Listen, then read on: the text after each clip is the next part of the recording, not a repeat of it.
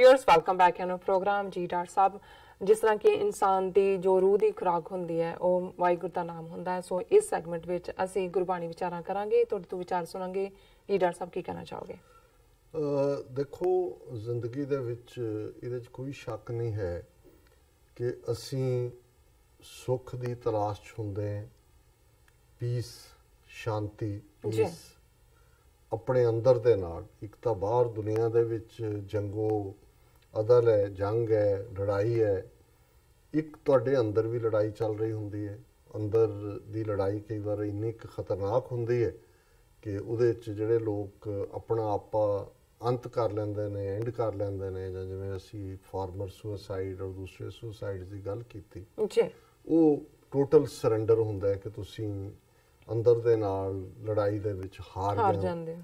कुछ जिहड़े ने किवें बेचैनी परेशानी कुछ ना कुछ ऐसा वापरदा है सानू जिहड़ा वो चैन जिहड़ा लै लैंदा है, साडा चैन खो लैंदा है। उस दे विच असीं अक्सर ये कहंदे हां जी उस दियां तां नींदां उड्डियां होईयां, क्योंकि शरीर नूं नींद की लोड़ है 6-7 घंटे एवरेज। जदों नींद उड़ जाए तो समझो कि भी तुहाडा अमन चैन नहीं है। और ये सारे नूं जदों फिर इस सारे चों निकल के ये पार्ट कि भी सेंटर की है जिंदगी का, मरकज की है, बिल्कुल खुशी किदे चों मिल सकती है, खुशी की है। और जिवें फिर अलामा इकबाल होरां दा ये कहना है कि भी जिहड़ियां कौमां मरकज तो टुटदियां ने वो फिर जिंदा नहीं रहिंदियां, ख्वार हुंदियां ने, ख्वारी हुंदी है। और जदों असीं इंसानी स्वाद दीयां चीज़ां देखते हैं, इंसान दे विच जिथे साडी जीभ लगी है, साडे होर जिहड़े जीवन दे चस्के ने, उन्हां दे विच जिहड़ा एक, क्योंकि मैं जिस शब्द नूं पंजवें पातशाह दा आसा राग दे विच बयानना है, उस दा जिहड़ा शब्दावली जां उस दा भाव वो उस सुख दी गल है जिहड़ा रब दे नाल मेल चों हुंदा है। ते उस रब नाल मेल चो सुख दे लई जदों तुसीं अलंकार जां मैटाफर जां कोई तशबीह देनी है तो तुसीं उही दिओगे जिहड़ा इंसानी जिंदगी दे विच सब तो तुहानूं खुशी देण वाली चीज़ है। उहदे च ज़ाहिर है कि स्त्री ते पुरख दो रब ने अड्ड अड्ड एंटिटीज़ बनाईयां ने और उन्हां दोनां दा मुकम्मल होना एक दूसरे दे नाल वो भावें विआह दे रूप च असीं देखदे हैं जां उन्हां दी अंतर आत्मे सांझ दे रूप च देखते हैं, वो सब तो ज़्यादा सुखदायक हुंदा है स्त्री पुरख दा मिलन, पति पत्नी दा मिलन। जे इसनूं इंसानी रूह पत्नी दे रूप जदों गुरु साहब ने फरमाया कि सारियां रूहां ने और इक्को एक पति है वो रब है। सो ज़ाहिर है कि ये कोई संसारक चस्के नूं जिहड़ा वो ग्लोरीफाई नहीं कीता है।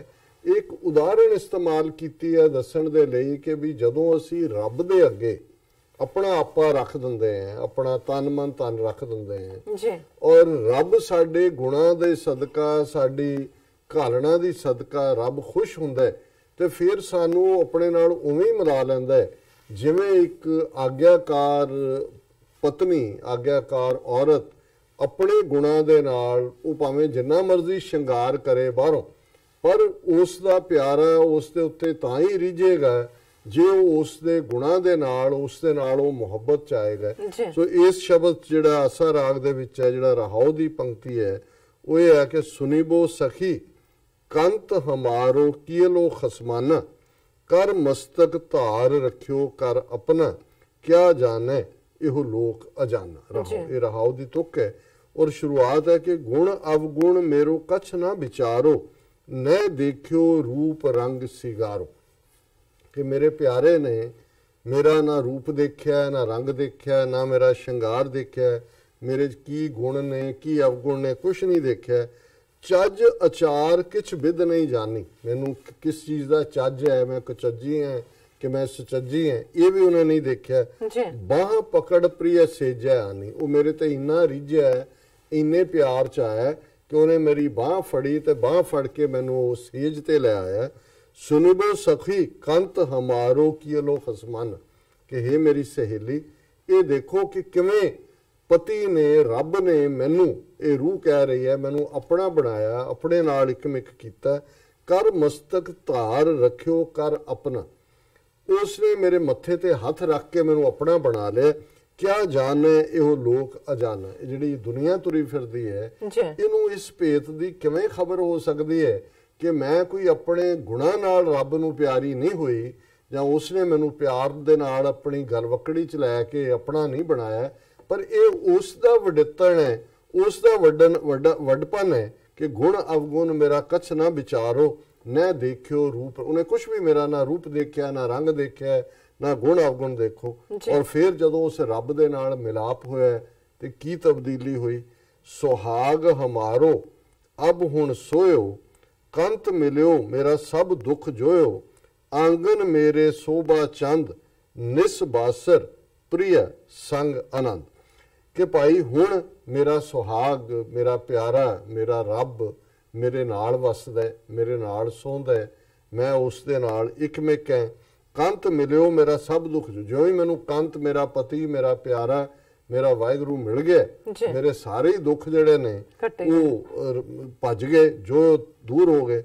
ਆਂਗਨ ਮੇਰਾ ਸੋਭਾ ਚੰਦ, ਮੇਰੇ ਆਂਗਣ ਦੇ ਵਿੱਚ, ਮੇਰੇ ਵਿਹੜੇ ਦੇ ਵਿੱਚ ਉਸ ਦੀ ਸ਼ੋਭਾ ਦਾ, ਉਸ ਦੀ ਉਸਤਤ ਦਾ ਚੰਦਰਮਾ ਇਹ ਚੜ ਪਿਆ। ਨਿਸ ਬਾਸਰ ਪ੍ਰਿਯ ਸੰਗ ਆਨੰਦ। ਨਿਸ ਰਾਤ ਨੂੰ ਕਹਿੰਦੇ ਨੇ, ਬਾਸਰ ਦਿਨ ਨੂੰ ਕਹਿੰਦੇ ਨੇ, ਕਿ ਮੈਂ ਦਿਨ ਤੇ ਰਾਤ ਉਸ ਪਿਆਰੇ ਦੇ ਸੰਗ ਦੇ ਵਿੱਚ ਜਿਉਂਦੇ ਹਾਂ। ਉਹ ਮੇਰੇ ਤੋਂ ਵਿਛੜਿਆ ਨਹੀਂ ਹੈ, ਹਮੇਸ਼ਾ ਗੁਰੂ ਮੇਰੇ ਸੰਗ ਸਦਾ ਹੈ ਨਾਲੇ, ਉਹ ਮੇਰੇ ਨਾਲ ਹੈ। ਬਸਤਰ ਹਮਾਰੇ ਰੰਗ ਚਲੂਰ, ਸਗਲ ਆਪਰਨ ਸ਼ੋਭਾ ਕੰਠ ਫੂਲ, ਪ੍ਰਿਆ ਪੇਖੀ ਦ੍ਰਿਸ਼ਟ ਪਾਏ ਸਗਲ ਨਿਦਾਨ, ਦੁਸ਼ਟ ਦੂਤ ਕੀ ਚੂਕੀ ਕਾਨ। ਉਸ ਪਿਆਰੇ ਦੇ ਸੰਗ ਨੇ ਮੇਰੇ ਕੱਪੜੇ ਸਰੀਰ ਨੂੰ ਵੀ ਚਲੂਰ ਲਾਲ ਰੰਗ ਦੇ ਵਿੱਚ ਰੰਗ ਦਿੱਤਾ ਹੈ। ਮੈਂ ਉਸ ਜਿਹੜਾ ਉਹ ਸ਼ੋਖ ਰੰਗ ਦੇ ਵਿੱਚ ਉਹਦੇ ਪਿਆਰ ਦੇ ਸਗਲ ਆਪਰਨ ਸ਼ੋਭਾ ਕੰਠ ਫੂਲ, ਮੇਰੇ ਲਈ ਉਸ ਦੀ ਸ਼ੋਭਾ ਹੀ ਮਾਨੋ ਕਿ ਸਾਰੇ ਮੈਂ ਗਹਿਣੇ ਪਾਏ ਹੋਏ ਨੇ, ਮੇਰੇ ਗਲੇ ਦੇ ਵਿੱਚ ਮਾਨੋ ਫੁੱਲ ਦੀ ਮਾਲ ਹੈ। ਪ੍ਰਿਯ ਪੇਖੀ ਦ੍ਰਿਸ਼ਟ ਪਾਏ ਸਗਲ, ਮੈਂ ਜਿੱਧਰ ਦੇਖਦੀ ਹਾਂ ਮੈਨੂੰ ਪਿਆਰਾ ਨਜ਼ਰ ਆਉਂਦਾ ਹੈ। ਔਰ ਉਸ ਪਿਆਰੇ ਦੇ ਮਿਲਾਪ ਨਾਲ ਪਾਏ ਸਗਲ ਨਿਦਾਨ, ਸਾਰੇ ਖਜ਼ਾਨੇ ਮੈਨੂੰ ਮਿਲ ਗਏ ਨੇ। ਦੁਸ਼ਟ ਦੂਤ ਕੀ ਚੂਕੀ ਕਾਨ, ਹੁਣ ਮੈਨੂੰ ਕਿਸੇ ਨਿੰਦਕ ਦੀ, ਕਿਸੇ ਦੁਸ਼ਟ ਦੀ, ਕਿਸੇ ਮੌਤ ਦੇ ਦੂਤ ਦੀ ਕੋਈ ਪਰਵਾਹ ਨਹੀਂ ਹੈ। ਔਰ ਅਖੀਰ ਗੁਰੂ ਸਾਹਿਬ ਨੇ ਫਰਮਾਇਆ, ਸਦ ਖੁਸ਼ੀਆਂ ਸਦਾ ਰੰਗ ਮਾਣੇ, ਨੌਨਿਦ ਨਾਮ ਗ੍ਰਹਿ ਮੈਂ ਤ੍ਰਿਪਤਾਨੇ, ਕਹੋ ਨਾਨਕ ਜੋ ਪਿਰੈ ਸਿਗਾਰੀ, ਥਿਰ ਸੁਹਾਗਣ ਸੰਗ ਪਤਾਰੀ। ਕਿ ਮੈਂ ਉਸ ਨਾਲ ਮਿਲਾਪ ਦੇ ਵਿੱਚ ਹਮੇਸ਼ਾ ਸਦ ਖੁਸ਼ੀਆਂ, ਹਮੇਸ਼ਾ ਲਈ ਮੈਨੂੰ ਖੁਸ਼ੀਆਂ ਮਿਲੀਆਂ ਨੇ, ਮੈਂ ਉਹਦੀ ਸੰਗਤ ਦੇ ਵਿੱਚ ਰੰਗ ਮਾਣਦੀ ਹਾਂ। 9 ਖਜ਼ਾਨੇ ਨਾਮ ਦੇ ਰੂਪ ਦੇ ਵਿੱਚ ਮੇਰੇ ਮਨ ਦੇ ਘਰ ਦੇ ਅੰਦਰ ਆ ਕੇ ਵਸ ਗਏ ਨੇ, ਜਿਨ੍ਹਾਂ ਨੇ ਮੈਨੂੰ ਤ੍ਰਿਪਤ ਕਰ ਦਿੱਤਾ। ਕਿ ਭਾਈ ਗੁਰੂ ਨਾਨਕ ਸਾਹਿਬ ਫਰਮਾਉਂਦੇ ਨੇ, ਪੰਜਵੇਂ ਨਾਨਕ ਕਹੋ ਨਾਨਕ ਜੋ ਪਿਰੈ ਸਿਗਾਰੀ, ਕਿ ਮੈਨੂੰ ਆਪਣੇ ਪਿਆਰੇ ਨੇ ਜਿਹੜਾ ਮੇਰਾ ਸ਼ਿੰਗਾਰ ਕੀਤਾ, ਥਿਰ ਸੁਹਾਗਣ ਸੰਗ ਪਤਾਰੀ। ਕਿਉਂਕਿ ਗੁਰੂ ਮੇਰੇ ਸੰਗ ਸਦਾ ਹੈ ਨਾਲੇ, ਪਤਾਰ ਪਤੀ ਨੂੰ ਕਹਿੰਦੇ ਨੇ ਕਿ ਮੇਰਾ ਪਿਆਰਾ ਮੇਰਾ ਹਮੇਸ਼ਾ ਮੇਰੇ ਨਾਲ ਹੈ। ਥਿਰ ਸੁਹਾਗਣ, ਹੁਣ ਮੈਂ ਫੋਰਐਵਰ ਸੁਹਾਗਣ। ਦੁਨਿਆਵੀ ਜਿਹੜੀਆਂ ਸੁਹਾਗਣਾਂ ਨੇ ਉਹ ਤਾਂ ਕਿੰਨੀ ਦੇਰ ਨੇ, ਕਿੰਨੀ ਦੇਰ ਪਤੀ ਹੈ ਨਹੀਂ ਹੈ ਉਹਦੇ ਨਾਲ ਜੁੜਿਆ ਹੋਇਆ, ਉਸ ਕਲਚਰ ਦਾ ਸੁਹਾਗ ਸੀ। ਪਰ ਇੱਥੇ ਥਿਰ ਸੁਹਾਗਣ, ਕਿਉਂਕਿ ਵਾਹਿਗੁਰੂ ਨਾ ਜੰਮਦਾ ਨਾ ਮਰਦਾ, ਤੇ ਮੈਂ ਵਾਹਿਗੁਰੂ ਦੀ ਪ੍ਰੀਤ ਚਾਹੇ, ਇਸ ਲਈ ਮੈਂ ਥਿਰ ਸੁਹਾਗਣ। ਔਰ ਮੇਰਾ ਪਿਆਰਾ ਪ੍ਰਭੂ ਰੂਪ ਪਤੀ ਜਿਹੜਾ ਉਹ ਹਮੇਸ਼ਾ ਹੀ ਮੇਰੇ ਨਾਲ ਹੈ। ਜੀ ਡਾਕਟਰ ਸਾਹਿਬ, ਤੁਹਾਡਾ ਬਹੁਤ ਬਹੁਤ ਸ਼ੁਕਰੀਆ। ਤੁਸੀਂ ਅੱਜ ਦੇ ਅਹਿਮ ਇਸ਼ੂ ਤੇ ਅੱਜ ਦੀ ਜੋ ਗੁਰਬਾਣੀ ਵਿਚਾਰ ਹੈ ਉਹ ਸਾਡੇ ਦਰਸ਼ਕਾਂ ਨਾਲ ਸਾਂਝੇ ਕੀਤੇ ਨੇ। ਇਸ ਤਰ੍ਹਾਂ ਨੇ ਆਪਣੇ ਵਿਊਜ਼ ਕੋਲ ਨੇ ਇਜਾਜ਼ਤ। ਵਿਊਅਰਸ, ਸਾਡੇ ਪ੍ਰੋਗਰਾਮ ਦਾ ਸਮਾਂ ਇੱਥੇ ਸਮਾਪਤ ਹੁੰਦਾ। ਤੁਸੀਂ ਆਪਣੀ ਰਾਏ ਤੇ ਸੁਝਾਅ ਸਾਨੂੰ ਭੇਜਣਾ ਭੁੱਲਣਾ ਸਾਡੇ ਇਸ ਪਤੇ ਤੇ SOS@tv84.tv ਤੇ। ਅਸੀਂ ਆਪਣਾ ਪ੍ਰੋਗਰਾਮ ਲੈ ਕੇ ਫਿਰ ਦੁਬਾਰਾ ਹਾਜ਼ਰ ਹੋਵਾਂਗੇ। ਤਦ ਤੱਕ ਲਈ ਮੈਨੂੰ ਤੇ ਆਪਣਾ ਸੁਣਾ ਗਿਆ ਦੋ। ਦੇਖਦੇ ਰਹੋ TV84। ਬੁਲਾ ਦਿਓ ਫਤਿਹ। ਵਾਹਿਗੁਰੂ ਜੀ ਕਾ ਖਾਲਸਾ, ਵਾਹਿਗੁਰੂ ਜੀ ਕੀ ਫਤਿਹ।